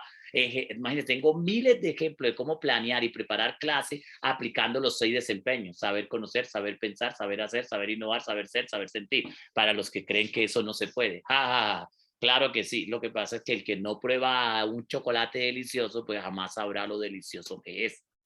Ok, entonces, los procesos de evaluación formativa identifican el potencial y determinan áreas de mejora en cada uno de los estudiantes, qué hay que mejorar en cada estudiante, y entonces vamos a asegurar que esos 6 desempeños jamás falten. La idea de todo esto que estoy exponiendo es no dejar a nadie por fuera. Nadie se queda por fuera. Todos aprendemos, se asegura la accesibilidad para todos. Recuerden que estos son los conceptos claves de una evaluación formativa: valoración, desempeños, procesos, inclusión, interlocución, metacognición, metaevaluación. ¿Sí ven? Bien, entonces, tenemos que en los procesos de evaluación formativa siempre hay que estar aplicando evaluación diagnóstica, evaluación permanente, evaluación de cierre. Estoy agotado, cansado de escuchar charlas de señores irresponsables que dicen que el diagnóstico institucional no tiene por qué conocerlo los docentes porque le dan un manejo inadecuado y eso es peligroso en manos de un docente. Por eso el diagnóstico institucional solo lo debe conocer la psicóloga o psicoorientador de la institución. ¡Error! Eso es un error desde todo punto de vista. Píqueme la lengua hoy y verá y le demuestro por qué es un error desde todo punto de vista. O sea, los docentes, ¿qué somos? Somos profesionales de la educación, no somos menos que un psicólogo, que un psiquiatra, que un terapeuta o un psicopedagogo. No, señor. Somos profesionales de la educación que al tener esa información de quiénes son mis estudiantes, puedo planear mejor, puedo preparar mejor mis clases, puedo desarrollarlas mejor, puedo diseñar mejores talleres didácticos y mejores guías pedagógicas, puedo interactuar y atender mejor a mis estudiantes. Si yo no conozco a mis estudiantes y no tengo esa información de qué tipo de seres humanos tengo en el salón de clase, me toca planear con los ojos vendados. Obvio que en todo gremio hay gente enferma, en el magisterio hay gente enferma, pero también entre los médicos, entre los ingenieros, entre los psicólogos, entre los arquitectos, los contadores, administradores de empresas, en todas las carreras hay gente loca, pero eso es un porcentaje que equivale al 0,01% y no por ello entonces vamos a juzgar a todos los profesores. Es que me enteré del caso de una profesora que se aprovechó de esa información para acosar al niño. ¡Ey! ¿Qué pasa? La señora enferma, pero así no somos los profesores. Los profesionales de la educación no somos personas enfermas, somos personas que somos profesionales, que si tenemos información hacemos mejor nuestro trabajo. Hay 3 tipos de diagnóstico que hay que implementar. El institucional, ¿verdad? El que me entrega el director de grupo del año pasado, se los dije la vez pasada, hace 3 años se los recordé, y el diagnóstico que yo como profesor le aplico a mis estudiantes. Y luego hay unos momentos diferentes del diagnóstico, un diagnóstico a principio de año, un diagnóstico al inicio de cada clase, ¿verdad? Eso es importante. Bien, necesitamos activar procesos de evaluación permanente. Un profesor que no evalúa todos los días es un profesor al que no le estudia. Los niños no son bobitos. Los niños tienen clase mañana con 4 profesores. Ah, pues hay uno solo que es el que siempre pregunta y hace mini quiz, aplica fichas, hace evaluaciones orales todos los días. Ah, pues le estudian a ese, ya son las 10 de la noche, estoy cansado, dice el niño, no, pues yo no me da tiempo de estudiarle a los 4, voy a estudiarle a ese profesor, el profesor P, por ejemplo, ese es el que mañana me va a preguntar. Eso, así piensa, así funciona la mente de los niños. Por eso hay que leer un libro que se llama La mente de los niños, de Margaret Donaldson. Y evaluaciones de cierre, siempre hay que aplicar esos 3 momentos de la evaluación, ¿verdad? Y siempre hay que preguntarse quién evalúa, por eso nunca se puede dejar por fuera la autoevaluación, la coevaluación, la heteroevaluación, la metaevaluación, la preevaluación. Si tuviese más tiempo con ustedes, pues les explicaría cada una de ellas y qué tipo de estrategias implementar para que sea efectiva la autoevaluación, la coevaluación, la heteroevaluación, la metaevaluación, la preevaluación. Recuerden que en una autoevaluación mínimo hay que evaluar 5 componentes esenciales. ¿Cuál? 1, hay que evaluar el dominio de la asignatura, ok, el dominio de las temáticas. 2, hay que evaluar la responsabilidad del estudiante. Hay estudiantes muy pilosos, pero repilosos, pero que llegan cuando les da la gana, entregan los trabajos cuando quieren, se sienten tan demasiado sobrados que ya empiezan a tornarse irresponsables.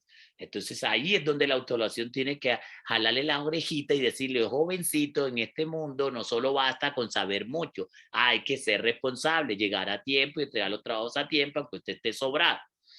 3, la interacción del estudiante con el profesor. El profesor siempre tiene que estar incluido en la autoevaluación. Ese señor se queda hasta muy tarde preparando la clase. Pues lo que lo hacen, ¿no? ¿Y qué sucede? Necesitamos protegerlo, necesitamos protegerlo. ¿Y cómo lo protegemos? Ahí en la autoevaluación. Es decir, revisamos con unos criterios bien definidos cómo el estudiante está interactuando con su profesor. 4, la interacción del estudiante con sus compañeros. Es decir, para que aprenda a convivir en sociedad.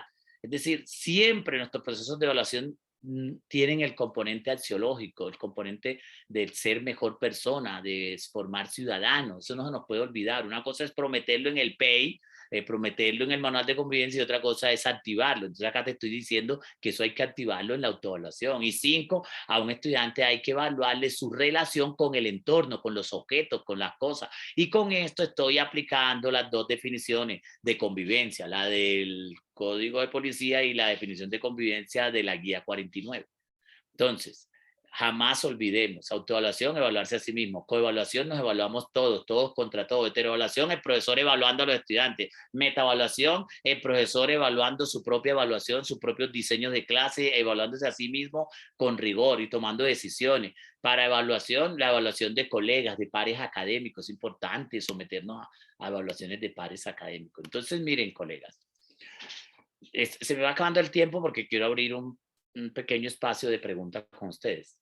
2 categorías que jamás vamos a olvidar, la convergencia y la divergencia. Recuerden, convergencia, todos los días hay que evaluar con preguntas y actividades convergentes y con preguntas y actividades divergentes. La convergencia forma en la objetividad y la divergencia forma en la creatividad. La convergencia es un problema, y ustedes lo saben ya, una solución. Una pregunta, una respuesta. Divergencia, un problema, múltiples posibilidades de solución. ¿Qué es lo que pasa? Que por más que vengo exponiendo esto por más de 20 años, sigo en las auditorías que le hago a las instituciones educativas, sigo encontrando que el 90% de los docentes sigue planteando preguntas convergentes, y solo un 10% de docentes. Me encontré con una institución donde solo el 5% de los docentes, y en una me encontré que solo un profesor implementaba preguntas divergentes. Eso es gravísimo. Siempre, todos los días hay que plantear preguntas convergentes y preguntas divergentes. No olvidemos que estos son los 5 componentes claves dentro de la autoevaluación que nunca hay que dejar por fuera, ¿verdad? Dominio de temáticas, conocimiento, interacción con el profesor, interacción con los estudiantes, interacción con el entorno, ¿verdad? Esos son componentes que jamás deben faltar en un proceso de evaluación. Yo les puedo regalar instrumentos y darles matriz, plantilla de cómo se implementa esto, pero a lo que yo me refiero es que deje volar su imaginación, diseñe todas las plantillas, los formatos, los instrumentos que quiera y tenga el modelo y el enfoque que sea, pero no deje esto por fuera. Porque es que hay profesores que dicen, no, es que yo no puedo aplicar eso porque es que en mi institución educativa soy del modelo tal. ¿Quién le dijo? Yo nunca expongo cosas para ser aplicadas a un modelo. Siempre lo que expone Pablo Romero es para aplicarlo al modelo que le dé la gana, a cualquier modelo pedagógico, porque cada vez hay gente que no se quiere comprometer con hacer bien las cosas, entonces se excusa en su pobre modelo. Entonces, ¿cuáles son esos compromisos de la evaluación formativa? Hombre, uno aplica evaluación formativa para consolidar un ambiente y un clima agradable de aprendizaje.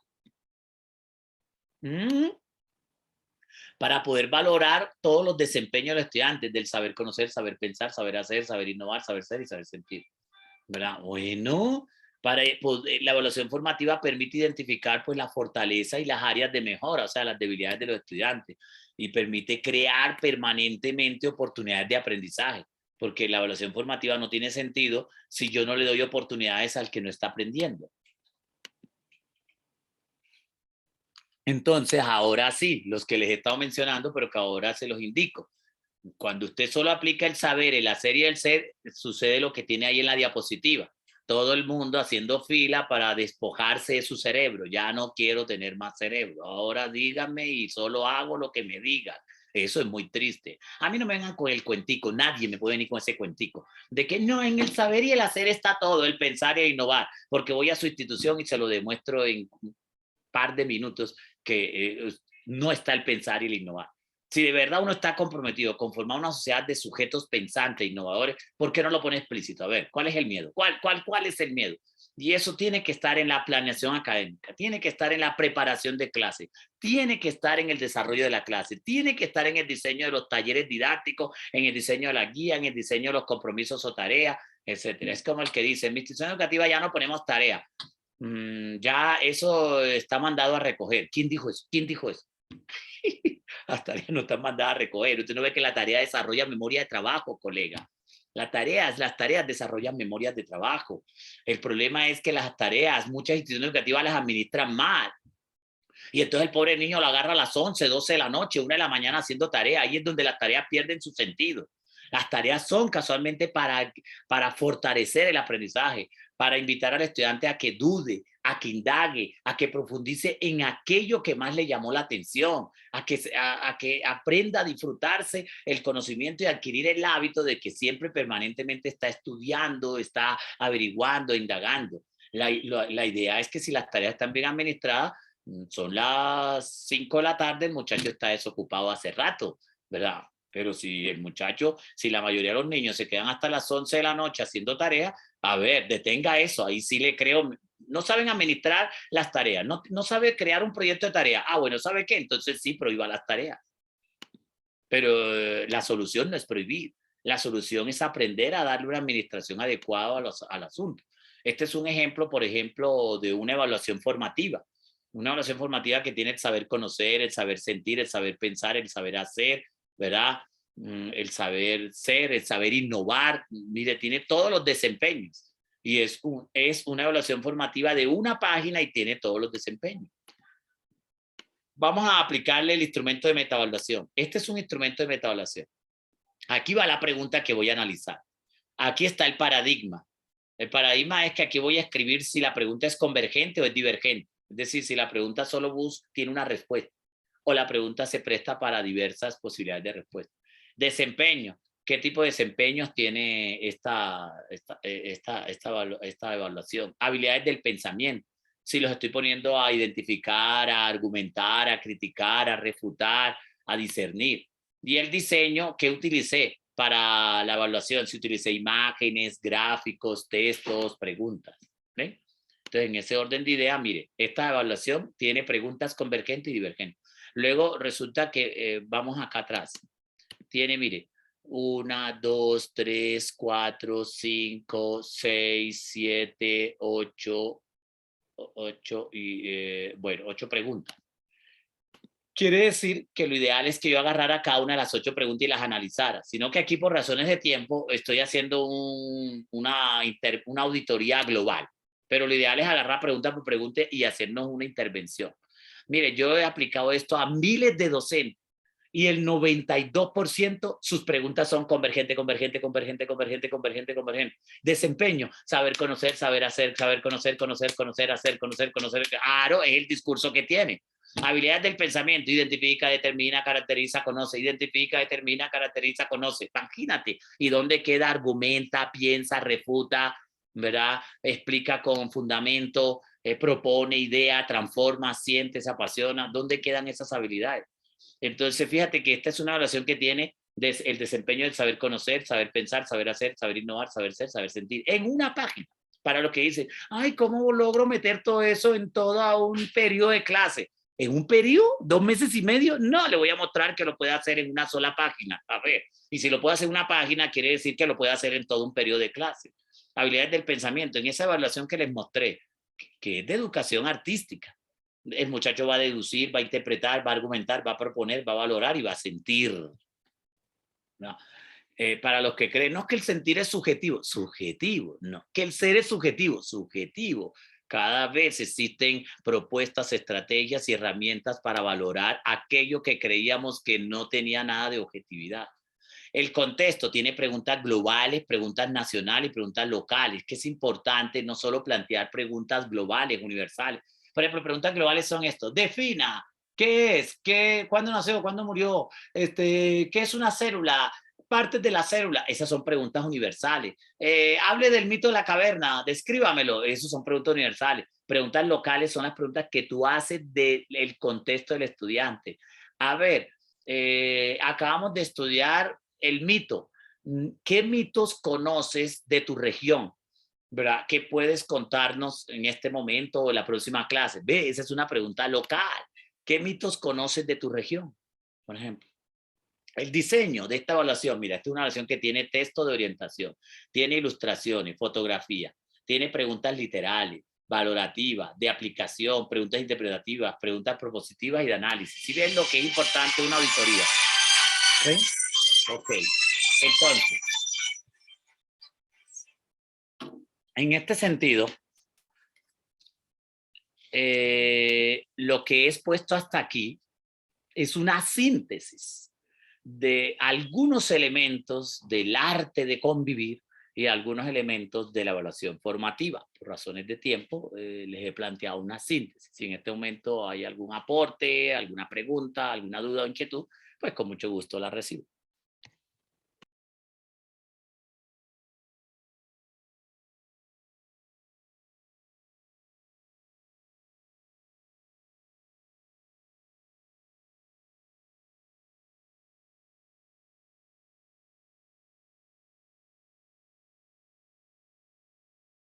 Bueno, ustedes pueden ahí anotar, levantar la mano. Ustedes van ahí donde están las reacciones, ¿verdad? Ahí pueden hacen clic en reacciones y ahí pueden levantar la mano. O pueden escribir ahí en el chat si tienen alguna duda, alguna pregunta o algún aporte, colegas.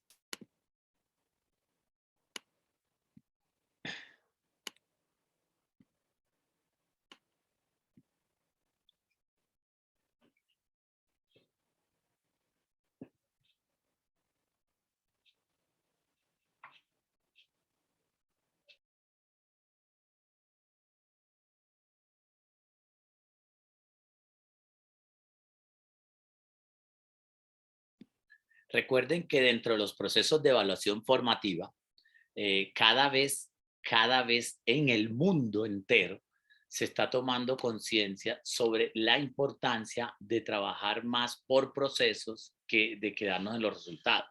En el mundo cada vez está tomando más importancia de trabajar en el método que en los contenidos. O sea, hacia allá estamos caminando. Cada vez más estamos hablando más de que el estudiante, si de verdad quiere ser el protagonista, el centro de la educación, ¿se acuerda que siempre se ha dicho, no, que el estudiante es el centro de la educación? Bueno, si de verdad queremos que el estudiante cada vez sea más el centro de la educación, necesitamos entonces eh, trabajar por lo menos la técnica de 60-40. ¿Qué es 60-40? Pues 60 el estudiante hablando y actuando y 40% el profesor actuando, porque lo que se sigue observando y se sigue evidenciando es que hoy el profesor sigue siendo el protagonista. Siempre se ha dicho que el estudiante es el protagonista, pero eso es carreta. Realmente el protagonista es el profesor. ¿Cómo así, Pablo? No, pues que uno es protagonista cuando definitivamente uno es el que direcciona la clase, uno es el que habla, el que aplica las estrategias, las herramientas, los instrumentos, uno es el que aplica el taller y el estudiante tiene como un 20% si acaso o 10% de acción. Cuando digo el estudiante me refiero a todo el curso al finalizar la clase solo actuó un 10, un 20%. Ahí hay algo que hicimos mal. Esos son cambios que en el mundo se están realizando enormemente. Por ejemplo, acá dicen, ¿cómo conservar el orden y alejar elementos distractores, piercing, mechones de colores, etcétera? Bueno, colega, ustedes saben que cada vez es más complejo manejar este tipo de situaciones relacionadas con la apariencia física y sus accesorios. Hoy, por eso tenemos algo que se llama la Ruta de Atención Integral para la Convivencia Escolar. Eso suena muy bonito, pero no quiero que suene bonito, quiero que suene es aplicable. ¿Cómo se aplica eso? Se aplica con los 4 componentes. El componente de promoción, el componente de prevención, el componente de atención y el componente de seguimiento. Muy bien. ¿Y cómo esos componentes vienen a colaborar en la pregunta de Fabián Gutiérrez? ¿Cómo conservar el orden y alejar elementos distractores? La mejor forma de... Hay una responsabilidad de parte del docente y hay una responsabilidad de la institución en el manual de convivencia. El manual de convivencia tiene que tener elementos claves, claros, precisos para el docente, para que él pueda manejar bien esta situación. Pero primero voy a aclararle al docente. Lo que más influye en la concentración de un estudiante se llama el interés. El interés. Y antes se hablaba de la motivación. Cada vez se está hablando menos de motivación porque la motivación se volvió un concepto abstracto, abstruso. No es evaluable tan fácilmente. En cambio, el interés sí se puede lograr y se puede evaluar fácilmente. El profesor necesita es asegurar el interés. Está demostrado que si un estudiante se interesa en la clase del profesor Y o X, el estudiante pierde el interés por hacer desorden, por jugar con los compañeros. Antes le hace así al otro. No, espérate, mira, interesante lo que el profesor está planteando. Mira, yo no sabía eso. Mira eso, mira. No, y que ahorita dentro de 5 minutos va a hacer preguntas aleatorias. Ni siquiera va a decir a quién le va a preguntar. Pila, que no quiero que me cojan distraído. Mira. O sea, el profesor lo tiene atrapado. Pero ¿cómo se logra el interés? Se logra a través de crear una cosa que se llama necesidad. La necesidad es la madre del interés. Es decir, en Europa se demostró que todo el continente europeo domina mínimo, o sea, el más ignorante del europeo domina 2 idiomas. Las personas un poco más formadas tienen hasta 3 idiomas. Pero ¿cómo se logró que la gente, todo el mundo desde niño maneje varios idiomas? Porque se logró interesarlos. Bueno, ¿y cómo se logró interesar a los europeos para que aprendieran 2, 3 y hasta 5 idiomas? Porque resulta que se les creó necesidad. ¿Y cómo se les creó la necesidad? Pues que resulta que en Europa los países están muy cerca y los que no están cerca se llega rápido. ¿Y cómo se llega rápido? Porque tienen el tren bala, tienen numerosos medios de transporte en el que se llega así. de rápido. Entonces, ¿qué sucede? Que allá en Europa hay la costumbre de pasar de un país a otro, como pasar aquí en Colombia de una ciudad a otra. Pero resulta que apenas pasan de un país a otro, encuentran otro idioma y otro idioma. Pero ellos descubrieron que no tenían que aprenderse todos los idiomas de todos los países, que bastaba con que empezaran por aprender inglés, porque todos saben inglés, pues se convirtió como la lengua universal de todos ellos. Entonces, si yo sé inglés, puedo viajar a Francia, a China, a Rusia, a Holanda, Portugal, puedo viajar a cualquier país y me voy a desempeñar. De España me puedo mover, de Inglaterra me puedo mover a España, que si no sé español, allá en España pues ya tienen el hábito de manejar mínimo 2 idiomas y el inglés. Es decir, se logró que estos países se tornaran en naciones bilingües. ¿Qué tiene que ver esto con la convivencia? Lo mismo. Yo puedo lograr en mi salón de clase que se comporten mejor cuando logro el interés. ¿Cómo? Creándoles la necesidad urgente y principal e importante, una necesidad urgente e importante de aprender eso. Eso les va a crear. Voy a contarles la anécdota de un profesor, así de rapidez, de un profesor contador, de un nocturno de una universidad donde él está formando técnicos contables. Ya le habían advertido que lo iban a sacar el próximo semestre, porque trabaja en una universidad donde los estudiantes llegan en la noche cansados y muchos no tienen interés de asistir a la clase, pero deben por lo menos firmar. Se quedan 5 minutos, firman y se van. Y eso es válido en esa universidad, lo que hace muy difícil el trabajo de un profesor. Y ya le habían advertido. ¿Qué hizo el profesor? Que fue un consejo que me pidió y se lo di. Le dije, aplica la teoría de la metacognición, que consiste en cubrir 3 fases. 1, darle importancia a la persona. 2, a la tarea. Y 3, a la estrategia y método. Aplica esos 3 componentes y verás que te va a ir muy bien. Le expliqué en qué consistía. Persona, hazle ver cuán importante es como persona, como futuro profesional o técnico contable, saber lo que tú vas a enseñar hoy. No más lo que va a enseñar la otra semana, no hoy. Lo que voy a enseñar hoy, si usted no lo sabe, usted está jodido en este mundo.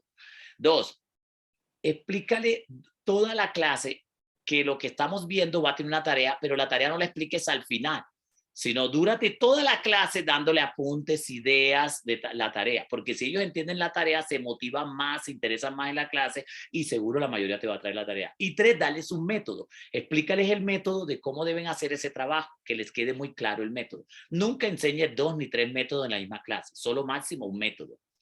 Lo hizo y entonces ¿qué llegó? ¿Cómo llegó? Llegó a clase y dijo, buenas noches muchachos. Sé que ya más de uno se está parando para alargarse, para irse. Bueno, ok. Entonces se pueden ir, pero antes escuchen. Lo que yo voy a enseñar hoy, si ustedes no lo saben y les va mal por no saberlo, se desprestigia. Yéndoles muy mal, terminan presos. Esto es delicado no saberlo de hoy. Pues se quedaron, se asustaron.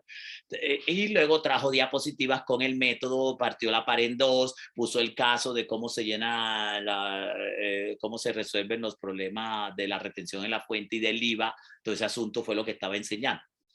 Ok, y lo enseñó muy bien. Y los estudiantes tomaron nota y entendieron bien la tarea. Tenían que aplicar eso en la empresa donde trabajan. Pero bueno, es para no contar detalles. Total es que al final de la clase se le acercaron al profesor, además de que se quedaron todos, los logró interesar. ¿Pero por qué? Porque les creó la necesidad de aprender eso. Antes, si tú me hacías una pregunta así, yo te decía, no, tienes que motivarlo. ¿Quieres que los muchachos tengan orden y no se distraigan? No, motívalos. ¿Y sabes qué te dije? Nada, nada, porque cuando yo te digo motívalo, ¿qué te estoy diciendo? Nada. Es una forma de sacarle el quite a la pregunta. Te estoy dando una respuesta concreta. Esto se logra interesándolo y si lo quieres interesar, tienes que crearle necesidad. ¿Y cómo se les crea necesidad? Bueno, a veces asustándolos sobre las consecuencias que se le vienen. Y eso es verdad. Cuando uno no sabe algo, eso le trae a uno consecuencias. Entonces, ¿qué sucede? Que se le acercaron apenas terminó la clase. Oye, profe, qué pena. La mayoría sí entendimos, pero ¿será que usted nos puede repetir esta clase? Porque fue que hoy no traímos cámara de video porque queremos grabarla. Imagínate, así estaban tan emocionados. Les gustó tanto la clase que querían que el profesor se la repitiera para grabarla. Este ejemplo me gusta darlo cuando me hacen este tipo de preguntas, porque es clave. Les di 2 ejemplos. Les di el de Europa y el de este profesor colombiano. contador, que no sabía de pedagogía y empezó a darse cuenta de la importancia de la pedagogía. Pero les puedo dar un tercer ejemplo, el de Canadá, que es un piso 25, asustarlos. A unos encerrarlo y decirle que pues que la chapa no sirve, que traten de abrirla, pero que son las 7 de la noche y que ya a esa hora no van a encontrar un cerrajero, pero que miren a ver cómo la abren. Y al grupo B decirle, no, el edificio se está incendiando y hay amenaza de bomba, pero eso, la chapa está cerrada, miren a ver cómo la abren. ¿Quién soluciona el problema? Lo soluciona el grupo B, al grupo que asustaron, al grupo que se la pusieron difícil, porque está demostrado que las personas tienden a resolver problemas y a volverse creativos en situaciones extremas y en situaciones de necesidad. Por eso hoy en día le puedo seguir dando aquí ejemplos, no los quiero cansar, de lo importante que es aplicar la técnica de la necesidad en el estudiante. Si tú creas necesidad, él decide comportarse mejor. Esa es la responsabilidad del docente. Dije que te iba a dar dos elementos. Uno, que el profesor tiene que poner de su parte. Y dos, que necesita también un manual de convivencia, una institución que lo apoye. Si el manual de convivencia tiene unos protocolos de interacción social que él puede seguir y que va a ser apoyado por el coordinador y por toda la institución, pues le queda fácil administrar todos esos distractores y todos esos elementos que no ayudan al buen funcionamiento de la clase. Por ejemplo, Ani Patiño dice cómo darle el manejo a tanta información visual y estimular memoria de trabajo. Claro, colega, es que la información visual en sí no hace daño, lo que hace daño es la contaminación visual. Por eso a un niño hay que formarlo en cultura visual. Hay autores como Rudolf Arnheim y Elliot Eisner que hablan sobre la importancia de afinar la percepción. Es decir, la percepción no se desarrolla, sino que se afina. Todos los seres humanos nacemos con capacidad de percibir las imágenes y comprenderlas, pero necesitamos que nos la afinen, y ahí es donde la escuela ha descuidado el afinamiento de la percepción. ¿Y qué es afinar la percepción? Es darle elementos a los niños desde pequeños de cómo identificar imágenes constructivas a nivel cognitivo y emocional, social, e imágenes que no son para nada favorables y que son imágenes que te distraen y por el contrario te generan experiencia de pérdida de tiempo o de procrastinación. Entonces, a un niño desde pequeño, luego a un adolescente y a un joven, si se le enseña a trabajar lectura visual y a entender a leer las imágenes, aprende a discriminar entre imágenes formativas e imágenes basura. Y a un niño hay que enseñarle eso desde pequeño, a identificar imágenes basuras de imágenes constructivas. Por ejemplo, eso es cómo se logra. Eso se logra aplicando métodos de lectura visual. En Google Académico pueden meterse y escribir métodos de lectura visual. Eso se logra enseñándole a un niño desde preescolar a leer Zoom, Resum, Isban Banyai, a leer a Ciraldo, a leer el chico de las historietas, a leer El otro lado, a leer toda la literatura visual que existe, pero resulta que en Colombia a un niño llega a preescolar y le embuten es plana, y haga plana, mi mamá me mima, mi mamá me mima, ahí nos estamos equivocando. A un niño desde pequeño hay que enseñarle a leer imágenes, y después de que aprenda de verdad a leer imágenes, a leerse por lo menos 30 libros de lectura visual. En Colombia existen muy pocos. Yo vivo aquí afortunadamente a un par de cuadras de una biblioteca, ¿verdad? Que tiene todo un stand inmenso de lectura visual, cientos y cientos de cuentos de lectura visual. Los colegios que quedan aquí alrededor por las 170 pues se benefician de esa biblioteca, ¿verdad?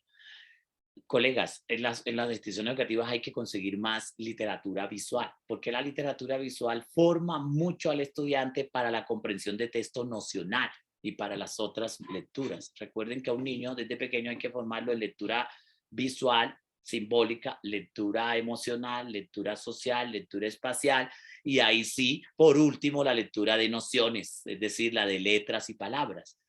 ¿Qué pasa? Que la memoria de trabajo se estimula mucho más rápido. Esto ya es un aporte de la neurociencia. La neurociencia demostró hace rato que el ser humano procesa, imagínense, procesa 6,000 veces más rápido, ¿verdad? Las imágenes que las estructuras abstractas producidas por las palabras y las oraciones. Quiere decir que un ser humano aprende más rápido cuando hay presencia de imágenes que cuando hay ausencia de ella. Quiere decir que no nos podemos volver enemigos de las imágenes, ni mucho menos satanizarlas, todo lo contrario. Hay que aprovechar el mundo de las imágenes, de las tecnologías, de los medios de comunicación y de nuestros talleres didácticos para que el niño aprenda mucho más rápido. Hoy en día es inconcebible un taller didáctico o una guía pedagógica que no tenga imágenes, no tiene sentido. No tiene sentido construir talleres y guías sin el poder de la imagen. Por eso la imagen es tenemos que asumirlo como una gran fortaleza, ¿verdad?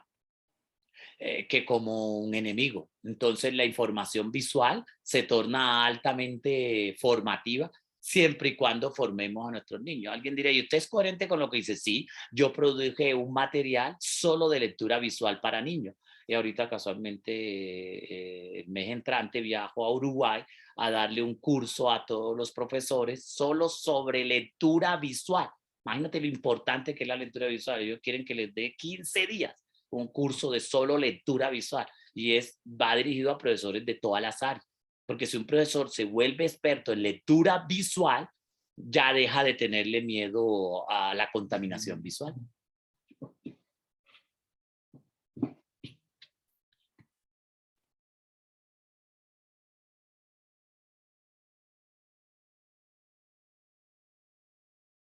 Bueno, de mi parte no es más. Darles las gracias, ¿verdad?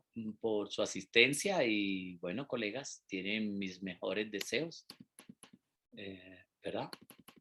Que les vaya muy bien este año, que este año hagamos mejor las cosas que el año pasado. Siempre, cada año necesitamos hacer las cosas mejor de mi parte. Entonces, no sé si por ahí está el coordinador. Señor, dime. Okay. Bueno, por mi lado ya doy por concluida la jornada. Pablo, muchísimas gracias. No sé si hay alguna pregunta adicional. No, estamos aquí en el chat, ya nos dicen que muchas gracias. Entonces, pues muchas gracias a ti, Pablo, y muchas gracias a todos los participantes por participar en esta conferencia. Esperamos pues que sea mucha ayuda. Van a tener las memorias en estos días en el correo. Entonces, cualquier inquietud, pues lo podemos solucionar al correo, ¿vale? Muchísimas gracias a todos. Bueno, pues que estén muy bien. Hasta luego. Hasta luego.